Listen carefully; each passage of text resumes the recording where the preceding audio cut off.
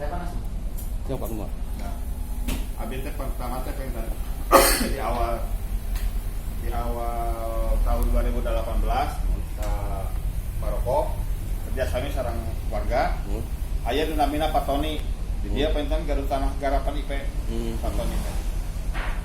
Aya Pak Wacep Ramana di dia kan cara garapan IP. Garuk garapan anjeunna. Tanah IP. Oh, tanah IP. Terus abdi kagalehan pengen di dia janten ada lega. Oh. Anjeunna ngawakapkeun ieu. Pak Wacep pake ngawakapkeun ieu, sanes ngawakapkeun masihkeun kanggo kegiatan. Mun aya ieu nama seratan Sadayana ge di dia mah aya. Aya. Mung eta mah mutawatir pentennya ieu mah tos nu secara lisan lah gitu nya. mohon. Ieu nu Patone, ieu nu Pak Wacep nu Ramana. Abdi kagalehan di dia. Anjeunna sampai pengurus bergabung untuk mendirikan pondok pesantren. Abdi jantan pimpinan pondok, anjeunna jantan wakil pimpinan pondok. Ayeuna mah jantan anu pimpinan pondok teh Pak Pak Somantri mantan kades. Wakilna anjeunna, abdi mah di luar. Gitu. Aja Pak tosen warga gitu. Tah, abdi kagalahan di dia jantan kami hadada ieu kanggo ahwat, ieu kanggo ikhwan. Kaping 3 bulan sebelum berdirinya pondok ieu teh diriukeun aya di desa. Abdi oge ngalayankeun serat ke kecamatan. Ngalayankeun serat ke kecamatan. Duka ade duka henteu nama. Aya teh kuis sajabina ngempol we di satu masjid namina Masjid Al-Qasim.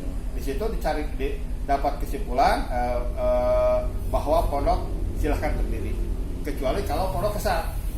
Akhirnya bolehlah kita berjalan di tempat ini. Bolehlah kita berjalan atas dasar restu warga dan tokoh masyarakat, ulama, majelis ulama dari kecamatan dari MUI Kak Kantor, dari Polsek ada, dari Koramil ada, fotonya lengkap ya di HP. Biasa datang hadir aja. Aya kantor saya. Nah, bolehlah berjalan karena dibolehkan. Tapi begitu mulai berjalan, pas hakna gitu ya, sudah tersebar bahwa pondok ini aliran sesat. Nah, siapa yang mengajar di sini? Yang mengajar di sini adalah istrinya Pak Tony. IPTA. Tanes, mau memastikan tanah iya. Istrinya Pak Tony urang dinya. Anu maksud tanah teh Pak Tony. Ai Pak Tony sebagai naon? Wakil pimpinan tanah mempunyai tanah dinya atau kumaha? Warga di dinya. Oh, warga. Warga Pak Tony teh. Istrina ngaulang bargi istrina mah hafal 30 juz. Ya, tapi warga Nahdiyin. Dia orang Nahdiyin, orang jamaah tabligh. Anu ngaulang kanggo Ikhwan dari Darut Tauhid, abdi nyukeun ti Darut Tauhid namina Pak Supian. Abdi teh ngaulang. Di bulan tahun tauhid ya. Awal moho Darut Tauhid. Mung sasasi digantos deui ku Ustaz Hartono ti Darut Tauhid oge. Nah, kemudian di rekrutlah warga nu kabeh teh aya da sasatea. Tapi akhirnya warga teh mulai masuk. Akhirnya nambihan 3-4 warga anu ngaulang di dinya. Sadayana Nahdiyin. Mung abdi mah persis. Masalahna dianggapna persis. Padahal ku persis abdi teh aku sami gitu. Teh aku, da abdi mah manya persis salatna kieu. Da persis mah wajib kieu. Abdi kantos dengan persis panginten karena seiring dengan waktu pengennya wajar-wajar aja ada perubahan-perubahan. Abdi lebih merapat ke Muhammadiyah. Nah, singkat cerita dari awal itu yang namanya pondok sesat sudah semakin mengemuka dengan berbagai macam tuduhan-tuduhan sampai yang terakhir tuduhan menikahkan tanpa wali, menikahkan aki-aki kepada randa yang sudah nikah 5 kali. Itu ditikahkan ku salah satu ustad yang ditunjuk oleh randa tersebut. Pangsikahkeun abdi alim pupun lanceuk mah gitu. Dapaintan dari sisi akhlak anjeunna teh hoyong hijrah gitu, hoyong bergabung dengan singkat cerita itu menjadi delik untuk pembubaran pondok. Kalaupun iya itu jadi delik, itu enggak ada urusan dengan pondok. Abdi berkosa santriwati 100 kurang didinya teu aya hubungan dengan pembubaran pondok. Abdi mah dipidanakeun ngambil eta mah itu. Ya seperti itu ya, andai kata apalagi ini menikahkan randa yang sudah 4-5 kali nikah dengan aki-aki, jadi delik sudah jadi delik cepat-cepat bercerai mereka. Etaran nanti perlu setempat. Kurang dinya. Aki-aki. Kurang pengurus. Pengurus. Ya sanes aki-aki atau 55 tahun lah. Tos dewasa duda sareng randa lah gitu ya. Tapi kan Ustaz, dulu kan kemauan si istri yang di nikahin pondok itu kan. Matak nyamper ke wae ka pondok teh, jangan tau nyamper ke wae ka pondok, urang jadi teu berkah, karena teh kami kawin henteu. Akhirnya perempuan yang terus datang wae ka pondok teh nya mau ditikahkan, bring we keluargana. Keluargana enggak bring beberapa orang, henteu sendiri. Dari pihak laki-laki aya keluargana. Kumaha ieu teh mana walina? Datang inilah ketemu sareng pamannya, tolong tikahkan ponakan saya. Pamannya namanya Mang Uyun. Oh, ada walinya Pak Maman. Pamannya namanya Mang Uyun. Mang Uyun itu anu kerja di pondok. Dia sebagai walinya. Ente, dia Saksi. menyerahkan kepada pondok supaya ditikahkan, tolong ditikahkan. Akhirnya ditikahkan oleh salah satu ustadz yang ditunjuk oleh wanita tersebut. Prung ditikahkan. Aya polemik sekitar 1 bulan kurang bercerai lagi mereka itu. 2 bulan kemudian digoreng. 2 bulan kemudian digoreng bahwa ini perkawinan sesat. Di mana Kak Salman berita itu? Berita apa? Berita tadi polemik tadi. Dari salah satu ustaz ya. Wah, cenah ini ada kene. Oh ya, aya peluang untuk ini. Hari tanggapan RT setempat ke mana? Dan didinya mah punten pemahaman agamana kirang ka tengah bisa disi gitu ya. Jadi pamitos beureum teh gitu, tidak punya pada pendapat lain. Iya. Nah, singkat cerita, sebetulnya persoalan ini sudah persoalan warga awalnya. Cuma sekarang warga mencari kekuatan dengan warga lagi susah, dengan ormas-ormas di luar juga susah. Akhirnya dia mengambil dari pemerintah. Abdi berpendapat sekarang yang clash pondok itu yang asalnya dengan warga, aina pondok sareng pemerintah, sareng abdi mah. Pondok sareng pemerintah. Kamari katingali dina audiensi, dina mediasi. Mediasi itu terjadi, abdi kan mewakili pondok sama pimpinan pondok, abdi ketua yayasan, sama itu wajar. Tapi yang sebagai jubir dari pihak sana itu adalah ketua BPD. Kemudian kadus, dan kadusnya kadus dari RW yang lain gitu. Ini menunjukkan bukti bahwa ini yang clash itu adalah pemerintah. Pertama. Yang kedua, pemortalan itu terjadi adalah abdi yakin adalah instruksi dari Kades, karena melibatkan linmas yang banyak. Itu kan melibatkan linmas itu. Ditutupnya portal itu oleh Kades berarti. Yang pertama, yang kedua indikasi bahwa ini yang turun dalam menangani untuk pembubaran pondok adalah pemerintah. Maksudnya pemerintah tepat gitu. Pemerintah tepat dan pemerintah atas. Abdi juga mencium bahwa camat juga terlibat dalam pembubaran pondok. Enggak kan direkam. Ya. Abdi mencium camat itu terlibat dalam pembubaran pondok. Pertama yang terlibatnya itu. Camat kemarin bilang, saya baru tahu sekarang. Saya nggak tahu kalau pondok Al Maroko itu ada di sana. Saya tahu baru sekarang, baru berapa hari yang lalu, atau nggak tahu hari atau minggu yang lalu. Saya baru tahu. Padahal kadus, RW dan perangkat yang lainnya 6 orang. Abdi aya datana 6 orang datang ke IP mendesak supaya IP itu tidak mengeluarkan izin. Padahal yang Abdi tahu dari grup komunitas IP, dari karyawan-karyawan itu cuma seorang yang tidak setuju, yang ragu apakah keluar izin ataukah tidak. Tapi sisanya semuanya itu mendukung. Cuma seorang yang ragu, namanya Pak Tapi Agus. sampai saat ini izin belum kelar. Belum. Nah, datanglah sekelompok sana mempertanyakan tentang izin dan mendesak supaya izin itu tidak keluar dengan kata-kata yang berdebat. Tapi aya rekaman karena abdi gaduh agen di situ. Aya rekaman dan kemudian menyodorkan surat yang di dalamnya itu ada surat tanda tangan kadus, tanda tangan RW, tanda tangan lurah, tanda tangan camat. Kadus seperti Pak? Kadus siji. Ya. Itu kan IP itu berasa ini satu institusi yang kuat. Aya tanda tangan camat, aya tanda tangan lurah. Bagaimana merasa IP tidak tertekan gitu. Ini kapan terjadinya? Ya udah lama. sudah lama sebelum ini mediasi terjadi. Jadi abdi mencium ini ada indikasi upaya pembubaran pondok itu melibatkan pemerintah. Sekarang sudah mulai camat itu tergiring gitu. Dan abdi banyak bukti-bukti itu. Bukti yang lain, kita akan ada mediasi. Yang namanya mediasi itu dua grup yang bertikai dimediasi oleh orang yang netral, betul kan? Gitu. Kemudian pernah wawancara terjadi dari KPK, cuman orang desa tidak tahu bahwa yang telepon itu adalah KPK, namanya Pak Agus. Tapi dia mungkin secara pribadi mewawancarai, menanya kepada tim kuasa hukum dari atas nama warga, tapi menyebutkan dirinya ketua BPD.